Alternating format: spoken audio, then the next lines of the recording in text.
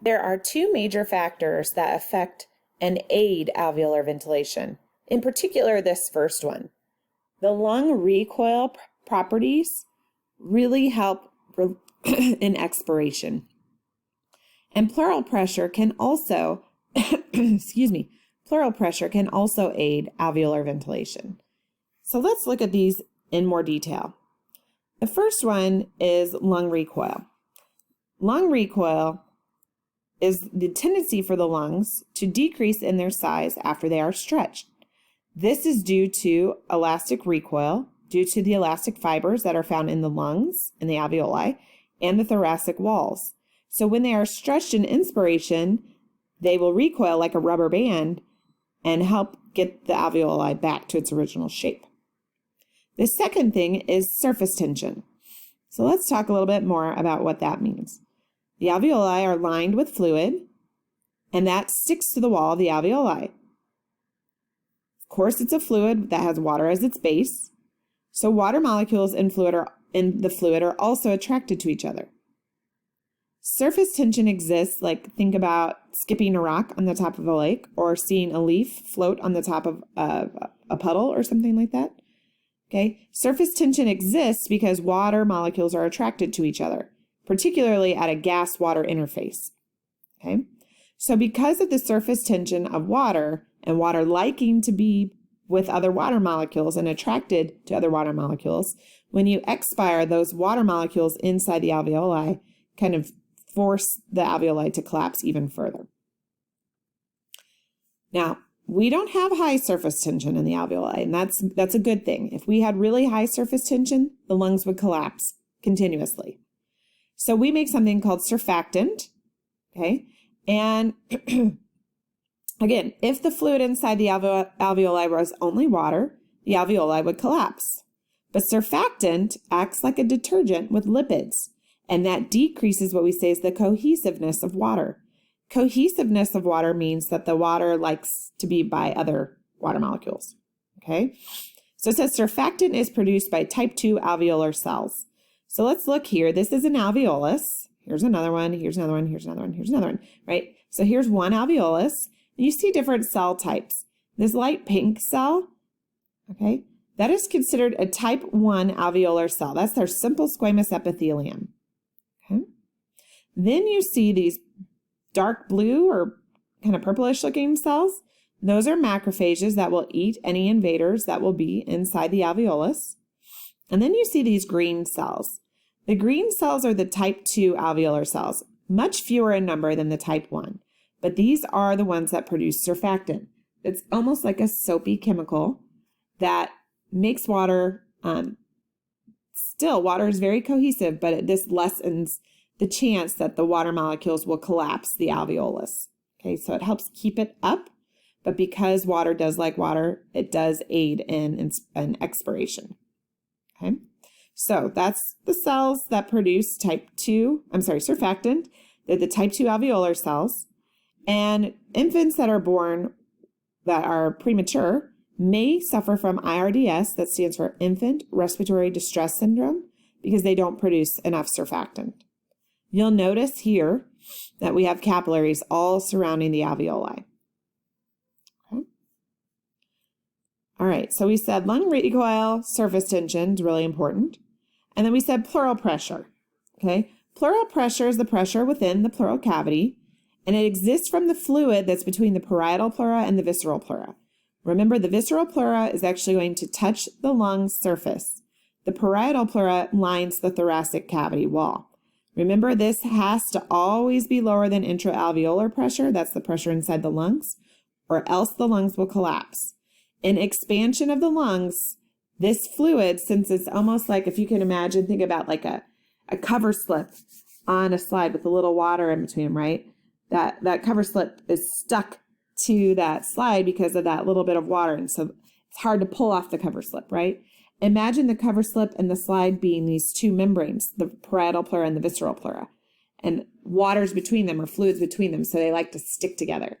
And so what I mean by this now is that the outside of the lungs is pretty much attached to the thoracic wall because of this interaction. So when you expand the lungs, this pleural pressure helps expand the lungs. And when you make the lungs smaller in expiration, it also helps shrink the lungs because the thoracic wall is attached to the lungs via this pleural cavity and the pleural pressure here.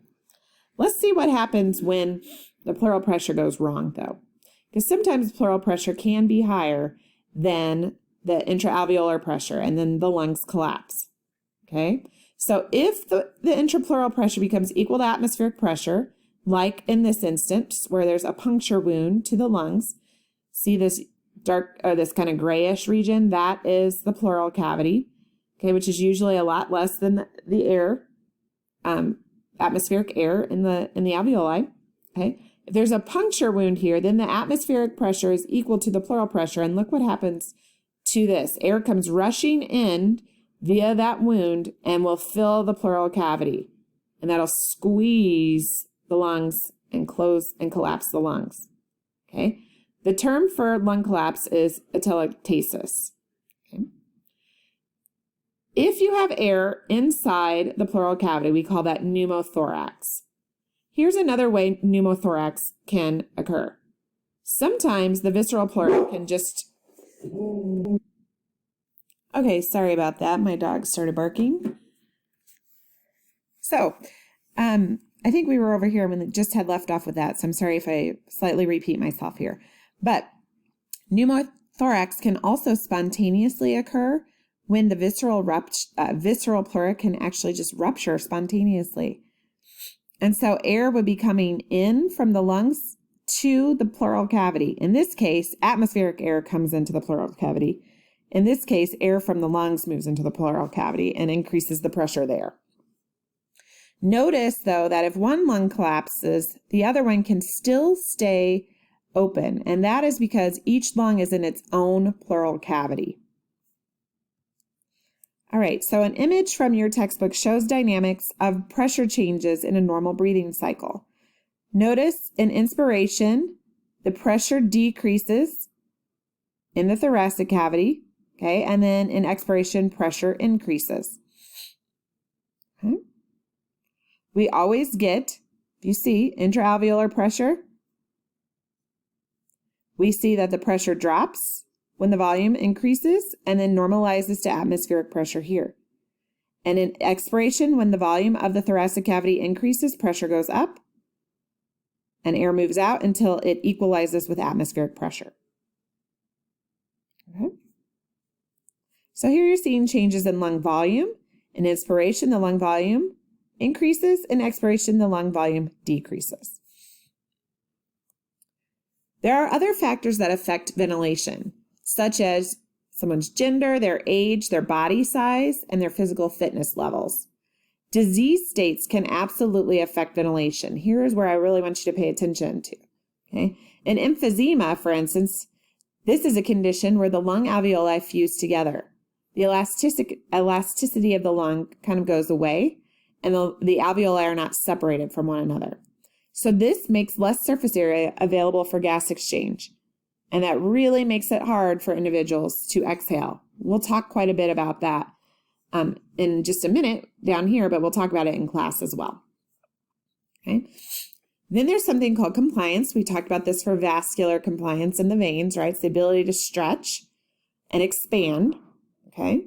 And so the lungs, if they are easily expandable, then we can inhale appropriately, and that's not a problem. But if you have too much compliance, like you lose elasticity, like an emphysema, then you don't have the ability to recoil, and expiration is really hard. So one of the hallmark signs for someone with emphysema is that they have difficulty exhaling. Their lungs don't recoil. They could stretch, okay, they get a lot of air in them because they are just fused together, but they can't recoil back on that and expire appropriately, okay? And if the lungs expand too much, inspiration is difficult, okay? You could have pulmonary fibrosis, where you get deposition of inelastic fibers in the lung tissue, like scar tissue in your lungs, or you can have increased resistance to airflow, like in asthma or bronchitis, or maybe lung cancer that's blocking an airway. And so you don't have enough expansion. Then it makes it really hard to breathe in, okay? Let's talk a little bit more about this airway resistance, right? This is friction encountered by the air in the respiratory passageways, okay? Airway resistance reduces the ability for air to pass through, and pulmonary ventilation is harder, okay? So gas flow decreases as resistance increases, okay? We see most resistance being in the medium-sized bronchi, and this is where we see a lot of smooth muscle that surrounds these airways. In asthma, the smooth muscle surrounding these bronchioles constricts, and so the airway resistance goes way up. It is really hard to breathe in if the airways are blocked, okay? If you give someone an EpiPen, epinephrine dilates that smooth muscle, or it relaxes that smooth muscle and dilates the bronchioles, and so it opens up those airways and makes it easier for someone to breathe. Again, we talked about lung compliance. It's the term to describe stretchy lungs, which means, again, expansion. They can expand, okay? There are limits, though. If you're in the normal range on the high end, it's really easy for you to expand the lungs. If you go beyond the normal limits, the lungs will still expand, but that's not good, okay? So the easier it is to expand the lungs within limits, the easier it is to breathe. Remember, too much expansion is also not good, like in emphysema. You expand like crazy, but there's no elasticity, and so air stays and gets stuck in the lungs. Okay? So chronic inflammation of the lungs or infections of the lungs can cause non-elastic scar tissue to replace normal tissue. This is fibrosis. Okay? What do you think? How would that affect compliance, the ability for the lungs to expand? If you said decrease compliance, you're absolutely right.